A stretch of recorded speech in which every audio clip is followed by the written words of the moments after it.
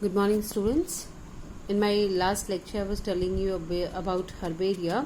So, definition I've already told you, and some of the things regarding the herbarium I was telling you. Now, in our next page, page number 18, we are having the herbaria technique. Now, how herbarium is made, that technique we will start here, and we'll see this. There are some of the things like collection. First, we have to do the collection of the material what we are using or trying to paste in our files. Then next one is drying.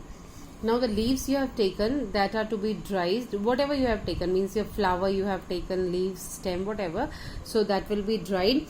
Then next is poisoning. Poisoning means a spray or some poison is applied on the whatever leaves or flower, fruit you have taken in that, so that insects do not bite it away. Okay. Then mounting. Mounting means pasting on the files. Then stitching. Stitching again means that means you can stitch also, you can paste it with a glue like that. Then labeling. Label करना मतलब कौन से phylum से है, कौन से species से है, that is done. And last one is your deposition. Deposition means you have to keep it where all the records are maintained. So this collection of a material for a herbarium should be done using the aesthetic sense and scientific mind. अब आपने क्या करना है कि जब भी आप ले रहे हैं कोई भी स्पेसिमेन, तो whenever you take a specimen you have to take it properly with a scientific mind. Means आपको properly you should see the arrangement of the leaves, where the leaves are arranged, where the flower is arranged, where is the stem of the leaf. Means the leaf whichever you are plucking, that should be fully grown. वो ऐसे ना हो कि आधी टूटी हुई हो, आधी कहीं कीड़े ने खाई हो, या उसका प्रॉपर शेप नहीं है, या वो अभी पूरी फुल्ली ग्रोन नहीं है और आपको स्ट्रक्चर ही क्लियर नहीं हो रहा है उसका, that how the arrangement of a leaves in a twig is there. That means if you are not able to follow, there is no use of taking this type of leaf or branch. Okay. So आपको मतलब जब भी आप निकालते हैं herbarium के लिए, you have to take fully grown and proper sized leaf. Along with that you also have to see that it is not insect bitten. Now angiospermic material must be so chosen that it is perfect and complete for determination. That is, must be fully grown. आप angiospermic plant से लेते हैं तो उसकी leaves जो है वो पूरी ग्रोन होनी चाहिए. कंप्लीट इन्फ्लोरेसेंस मतलब अगर आप फ्लावर ले रहे हैं तो ऐसा ना हो कि उसमें आधे इन्फ्लोरेसेंस में कलियां हो और आधे में इन्फ्लोरेसेंस समझते हैं ना, it is a bunch of flowers है ना, जो फ्लावर्स एक साथ ग्रो होते हैं और एक गुच्छा जैसा उसमें से निकलता है, तो दैट इज कॉल्ड इन्फ्लोरेसेंस. तो इन्फ्लोरेसेंस में all the flowers should be properly grown. Then flower fruit as far as possible. Now disease plant नहीं होना चाहिए, है ना. डिपेरिरेटेड स्पेसिमेन, ये टूटा फूटा जो मैं आपको बता रही हूँ, लीव्स निकली हुई, इन्फेक्टेड ट्विग्स जिसमें जैसे कई बार फंगस लग जाती है लीव्स में, वो सब नहीं होना चाहिए. Should be avoided as far as practicable. All such collection should be given the field number. Then again you have to give the field number, that from where, which area you are collecting it, and you also have to see that what are the, means if possible you have to see what is the temperature there, what kind of soil is there, what kind of soil, I mean alkaline soil है, acidic soil है, अगर हो सकता है तो these all collections or all these readings should be there. Then beside the relevant information in respect to all those aspects needed for determination must be noted in the field notebook. फिर आप जब भी जाते हैं ना collection के लिए, herbarium के लिए कलेक्शन करने, always take a notebook with you. और नोटबुक में क्या करना है, you have to see what is the temperature, on what date you have taken it, and what are the conditions there. Then आपके leaf का size, plant का, आपको कोई भी इंपॉर्टेंट चीज लग रही है related to that plant and that area, you have to note it down. Okay. Then relevant beside this should include notes on habitat, habit, flower color, locality, altitude. ये मैंने आपको अभी बता दिया. आप जब नोट डाउन करेंगे तो आपको ये सारी चीजें नोट डाउन करनी है. कि आपका प्लांट कौन सी जगह पे ग्रो कर रहा है, कैसे में, फ्लावर का कलर क्या है, लोकेलिटी क्या है, एल्टीट्यूड क्या है, and other interesting features which can not be preserved on the herbarium sheet. ये आप हर्बेरियम शीट पे तो आप क्या कर रहे हैं, you are only preserving the specimen. जो बाकी का डेटा है या बाकी की इंफॉर्मेशन है that will be only given on a writing, means on a note, है ना. तो ये आप सिर्फ लीफ को देख के नहीं पता लगा सकते हैं कि वहां पर का एनवायरनमेंट कैसा है, एल्टीट्यूड कहाँ कितना है, आपने कितने टाइम पहले ये लीफ निकाली थी. तो for that you have to note down some of the things, right. Then the numbering collection should be pressed in the newspaper folder and taken care of the leaves that they are well spread. अभी आपने जो भी specimen लिया है that also you have to take care that आपने वो newspaper के अंदर तो फोल्ड करने के लिए रख दिया है. उसके अलावा it should not be means pressed for a longer time in one place only. आप उसकी जगह बार बार चेंज करते रहिए so that वो बीच में कई बार क्या होता है वो रॉटिंग शुरू हो जाती है. रॉटिंग मतलब सड़ना शुरू हो जाता है. तो अगर आप उसका बार बार प्लेस चेंज करते रहेंगे एक पेपर से दूसरी जगह तो then you can means make a proper dried leaf, है ना. जो आपका सैंपल है वो अच्छी तरीके से ड्राई हो जाएगा. And then this after return to the laboratory the folders need to be frequently changed in order to avoid the blackening or decay of the plant material. After drying the specimens are poisoned. ये मैंने आपको अभी ऊपर बता दिया था. ये वाला जो थर्ड स्टेप है poisoning. Poisoning means it is mostly done by corrosive sublimate, HgCl2 है. ये आपका कुछ पॉइजन होता है ये, या इसके अलावा और भी कुछ भी यूज कर सकते हैं. तो लेबोरेटरी में जो भी आपका अवेलेबल हो वो यूज कर सकते हैं. और ये पॉइजनिंग इसलिए की जाती है so that if you make a file you paste all the leaves and everything in a file. तो अगर वो बहुत टाइम से रखी है तो कई बार क्या होते हैं the insect come and start biting those leaves. Okay, तो उसको प्रिजर्व करने के लिए there is poisoning is done. Then this is ready. ये आपका ड्राई हो गया है. आपने उसको फिर ड्राई करना है पॉइजन लगाने के बाद. Then the dried specimens are glued and stitch on a herbarium file made of a thick card sheet. तो आपने अब जो ये लीव सूख गई आपकी प्रॉपरली तो इसको आप क्या करेंगे अच्छे से एक थिक मोटी शीट पे लगा लेंगे. Okay, now you have to enter the field data on the right side, right hand side of the lower case as you can see here. ये देखो ये इन्होंने पेड़ जो है ये हर्बेरियम है, ये सुखा के इन्होंने लिया हुआ है और इसकी जितनी भी आपको जो भी इंपॉर्टेंट चीजें हैं that you have to note down here. So this is the way how the herbarium are made. Then they are keeping it in a species cover की कौन सी स्पीशीज का है ये तो उसके कवर में रखेंगे और उसके बाद लास्ट में जीनस कवर फाइनली, है ना. ये देखिए ये आपके दिस एल्मीरा इज देयर और ये अलग अलग क्या है दिस फ्लोरा ऑफ इंडिया. तो यहाँ पे कितने कितने टाइप की जो फैमिलीज हैं वो प्रेजेंट है. ये देखिए अलग अलग शेल्फ्स बने हुए हैं और उन शेल्फ में आपको क्या करना है जहां का भी आपका प्लांट है आप उसके अंदर इसको रख देंगे. Okay, so this was about herbarium. This is the way how herbarium is made. Now Central National Herbarium, Sipur, then it is the oldest and the largest herbarium of the country. It was transferred to Botanical Survey of India in 1957. It played a significant role in florist study and India has been rendering the valuable service to the teaching institute and research organization. तो ये herbarium क्या है, ये India का सबसे पुराना herbarium है और ये काफ़ी सारे रिसर्च पर्पस में और रिसर्च ऑर्गेनाइजेशन को इसने काफ़ी हेल्प किया है for the identification of plants. Now herbarium has over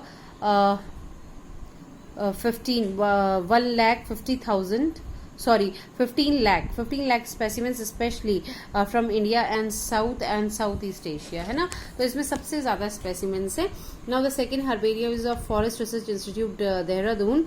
This is the second largest herbarium of the country which house about 3,50,000 sheets of specimen from world over specially India, है ना. तो इसमें India की काफ़ी सारी चीज़ें हैं. Then next is your from Shillong.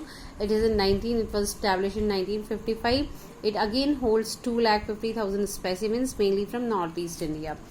Then this table is important, you can go through this again for 2 marks. आपके 2 या 3 कोई भी लार्जेस्ट हर्बेरिया ऑफ इंडिया उनका नाम पूछा जाएगा तो you can learn from here. Okay, फिर आपका ये साउदर्न सर्कल कोयम्बटूर में है, west circle Pune, Northern Circle, Dehradun, and this is the Herbarium of National Botanical Research Institute, Lucknow. In this only the species number is given कि कहाँ पे कितनी है. You can see that. Okay. The next one is your museum. Museum is a collection of a natural, artistic, historical and scientific objects. तो यहाँ पे museum क्या होता है ना कि ये कलेक्शन है जहाँ पे नेचुरल चीज़ें, आर्टिस्टिक, हिस्टोरिकल, साइंटिफिक, मतलब ये सारे चीज़ों का मिक्सचर जो होता है, जो एक कलेक्शन है, वो सारी की सारी चीज़ें जो होती हैं म्यूजियम में रखी होती हैं. It offers encounters with the reality from the object, from the past and the possibilities from the future. तो आगे क्या है, मतलब क्या क्या चीज़ें हो सकती हैं पॉसिबली, या फ्यूचर पास्ट में क्या क्या था आपके पास, वो सारी चीज़ें जो होती हैं they are means placed in a museum and you can see that. और आप उससे ये पता लगा सकते हैं कि पहले मतलब किस किस टाइप की चीज़ें, प्लांट्स या साइंटिफिक चीज़ें जो हैं वो प्रेजेंट होती थी. Now next you are having science museum not only documents the present but also the forces the technological changes. तो म्यूजियम में सिर्फ आपको पुरानी चीज़ें देखने को नहीं मिलती हैं, आगे जो नए चेंजेस होने वाले हैं, मतलब that also you are able to see in the museums. Now the purpose of a museum is to collect and preserve the achievement of the natural world and to use the collection and enhance the human knowledge and understanding. तो यहाँ पे museums का काम सिर्फ यही है कि आपके जो ह्यूमन नॉलेज है उसको और ज़्यादा एनहेंस किया जाए and apart from enhancing you can see the natural things. जो आपके वर्ल्ड में नेचुरल चीज़ें प्रेजेंट हैं, क्या क्या चीज़ें होती हैं, उसके क्या क्या यूज़ होते हैं, where can you use further, इसका आगे कौन सी स्पीशीज़ आ सकती है. तो ये सारी पॉसिबिलिटीज़ जो होती हैं ये यहाँ पे एक्सप्लोर करने की कोशिश की जाती है. Now, for museums, they have only given this brief idea. So this is only the history. ये आपके 2 पैराग्राफ्स में क्या है कि कैसे कैसे आपके क्या बने थे this museums, how were they formed. Now in India, there are several well-known museums. The oldest being the Indian Museum of Kolkata. India में सबसे पुराना इंडियन म्यूजियम ऑफ कोलकाता है. It was established in 1814 and other famous ones are National Museum of India. India में आप ये underline कर लेना, ये सारे म्यूजियम्स हैं, ये न्यू दिल्ली में है. फिर Birla institute of technological museum Kolkata and Salar Jung museum in Hyderabad. So in this last paragraph ये जहाँ पे इंडिया लिखा है ये आपका, इसके बाद दिस इज इम्पॉर्टेंट कि यहाँ पे इंडिया में कौन से म्यूजियम्स हैं. This is of no use, leave this. Then we'll have the biological museums. Okay, biological museums are generally set up in the educational institute. Museums have the collection of the preserved plant and animal specimen for the study and reference. तो museum में आपके plant और animal दोनों रखे रहते हैं और इससे क्या होता है कि आप स्टडी के लिए इसको आगे यूज कर सकते हैं.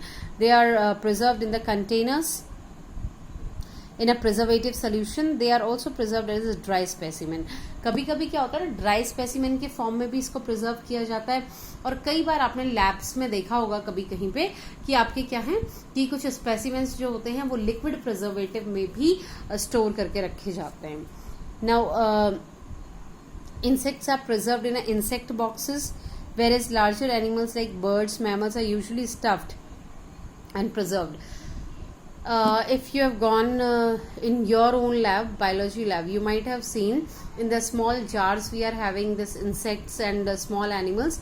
They are preserved in a liquid. और जो बड़े बड़े animals हैं, आपने नीचे देखा होगा एक क्रोकोडाइल वगैरह रखा हुआ था हमने, तो that is stuffed with the cotton and all the fibres, है ना. तो सिर्फ बाहर का कवर होता है, inside it is stuffed. So that type of preservation is done for the animals. Then museum often have the collection of a skeleton of animals too. कई बार म्यूजियम में क्या होता है कि जो एनिमल के स्केलेटन होते हैं ना, तो वो सारे भी रखे होते हैं, ठीक है उसमें. Now, zoological parks. Zoological parks is exactly the same as we were talking of botanical parks. तो botanical parks में क्या हो रहा था कि आपने बॉटनी से रिलेटेड जो प्लांट हैं वो आपने वहां पे प्रिजर्व करने हैं. और जूलॉजिकल पार्क्स में जो जूज होते हैं उसमें क्या करना है, all the animals are preserve. जो वाइल्ड लाइफ होती है आपकी, जो एनिमल्स होते हैं, they are kept properly. Okay.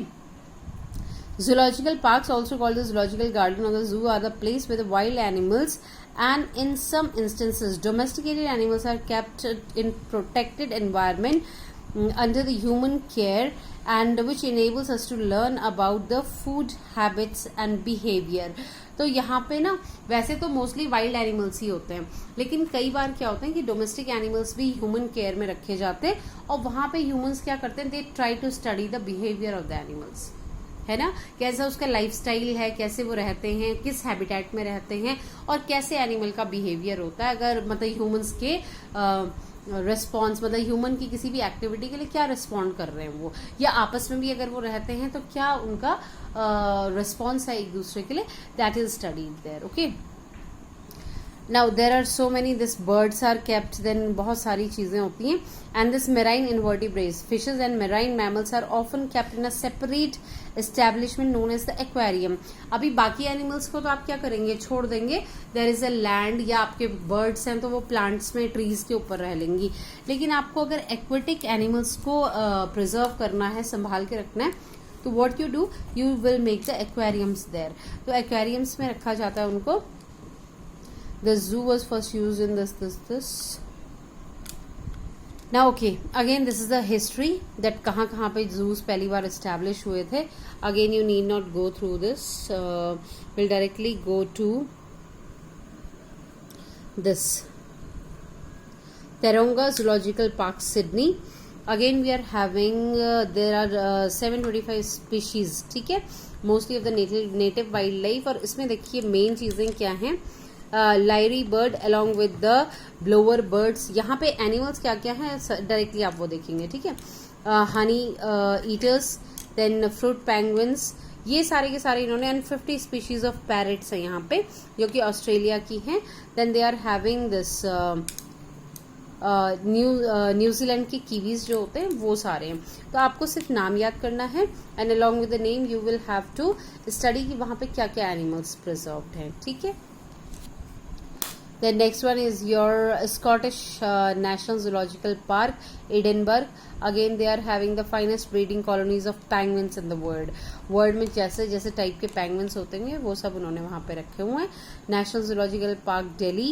इसमें इन्होंने there are 1700 specimens representing at least 185 species are exhibited and bred in 240 acres park, है ना. तो ये इतने बड़े एरिया में ये पार्क है, मतलब पार्क मीन्स जूलॉजिकल पार्क जो होता है.